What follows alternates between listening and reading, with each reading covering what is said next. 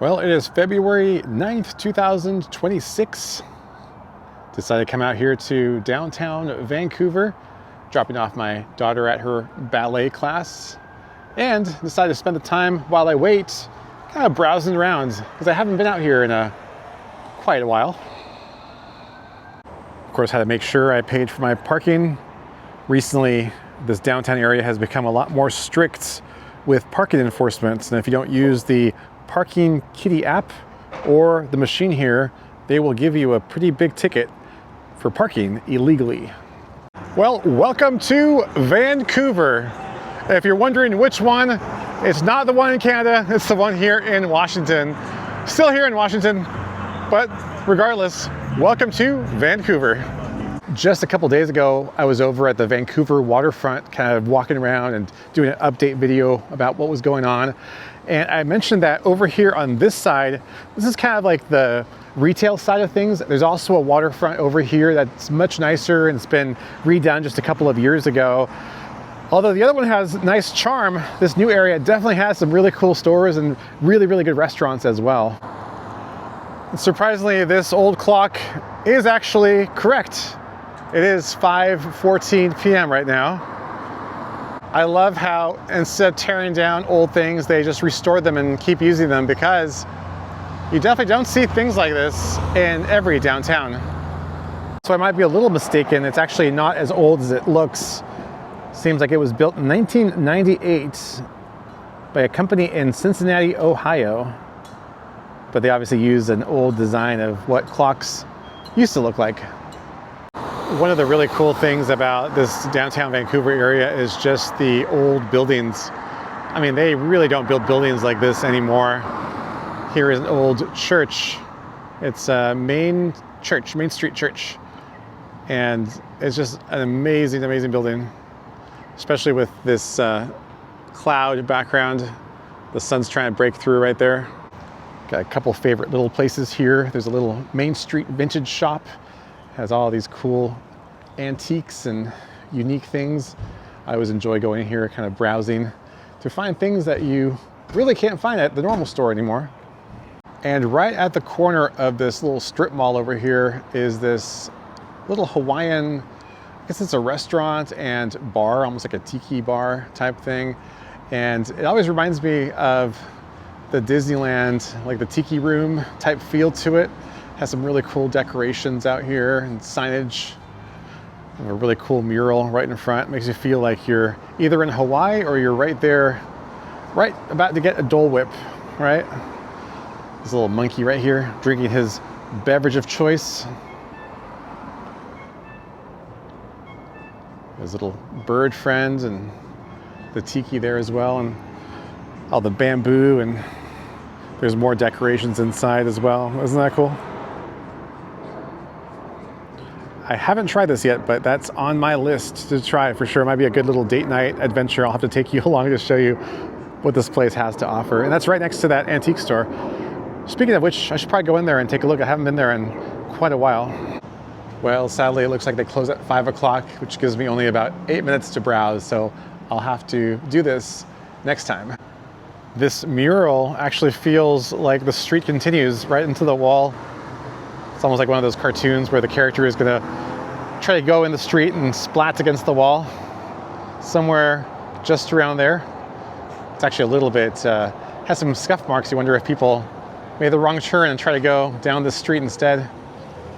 But apparently this is what the downtown Vancouver area used to look like back in the heyday. It really doesn't look that much different except for the cars, and the way that people dressed back then was definitely a lot nicer. And obviously you've probably heard the news about how Portland is, the whole downtown Portland is, with all the riots and crazy things happening there. So it seems like a lot of people, even the ones that live in Portland, now come up to the Vancouver area, especially this downtown Vancouver area, to go on date nights and kind of hang out. So it's really revitalized some of these shops and restaurants and whatnot, and people have really kind of opened up more things out here than there were before. It's another little antique shop right at the corner of this street. And sadly, it looks like that's closed as well. That's the problem here, is that a lot of these things do close pretty early. And then right next to it, there's a little restaurant. No, it's a piercing and jewelry store. For some reason, one of their two signs is upside down. It must be on purpose too. I've always thought this would be a cool haunted house or Halloween type building, but it's the Three Howls Distillery. And even the roof tiles are all black. Definitely would be cool, all decked out for Halloween. And you definitely know you're in the PNW when you have the thirsty and the hungry Sasquatch waiting for you to join them to eat a delicious meal or drink an amazing beverage. Got some more like vintage style clothing stores over here and a very classic looking locksmith next door. Things like these that you don't really see nowadays in those new strip malls. Now, I can't tell if this place gives me those Las Vegas vibes or just an old school downtown area, but that sign is awesome. I love how they kept the old school drugstore sign for a more modern Walgreens that's actually occupying the building itself, but that really gives this whole area definitely a little bit of charm, that's for sure. And it's right here on Main Street. Another really cool mural against this wall over here. It's for the Vancouver Fire Department. There's a couple of firefighters standing right here, prominent right in the front, and it says 150 years of service. Of course, they have their fire truck right here at the very end of it, right over there. T1 is the fire truck. Now, I find this really cool how they actually painted the mural directly onto these pipes in the wall to kind of camouflage the fact that there are pipes here. It must have been really tricky to figure out the angles on how to actually do that properly, but that is pretty cool. I think I'm gonna cross the street now and go on the other side because as I was walking on this side, I saw a bunch of cool things that I missed on the other one. So let's go ahead and cross the street here and take a look to see what's on the other side.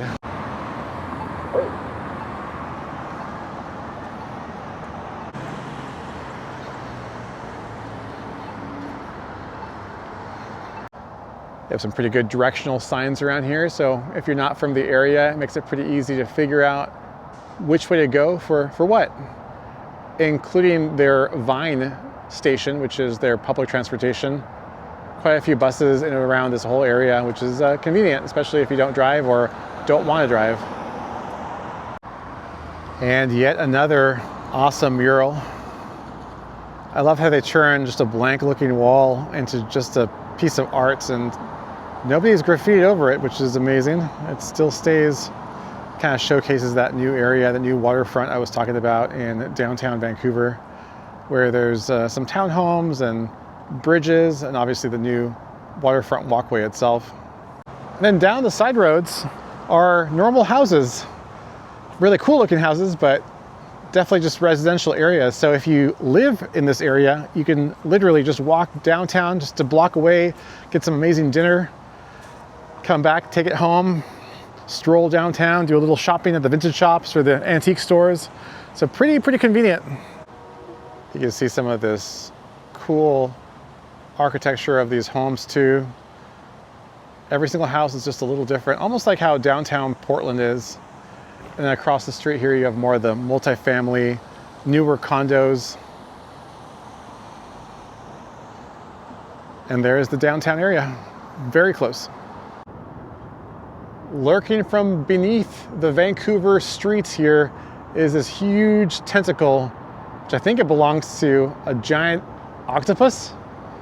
You can see it pulled up that manhole cover with ease, and the rest of its body is buried way beneath the depths of the sewer systems. That is amazing. I don't think I've ever seen this before. And this was erected in 2016. You can see all his metal suction cups all kind of bent out of shape there. His rusty tentacle creeping all the way up. So it looks like 2016, and they call it The Visitor by Matthew Dockery. It was made from weathered steel, which has stable rusts, and also features a real Vancouver manhole cover. That's awesome. Yeah, that's definitely solid. Here's that antique shop that was closed down, and even the building itself looks like an antique. That is quite the collection of old phones, that's for sure. We have a couple electric guitars in the background there. And of course, what is an antique shop without a Mickey Mouse phone? Now that it got a little darker, I can see this amazing uranium glass. This definitely has that like haunted mansion feel to it. Look at that, isn't that awesome?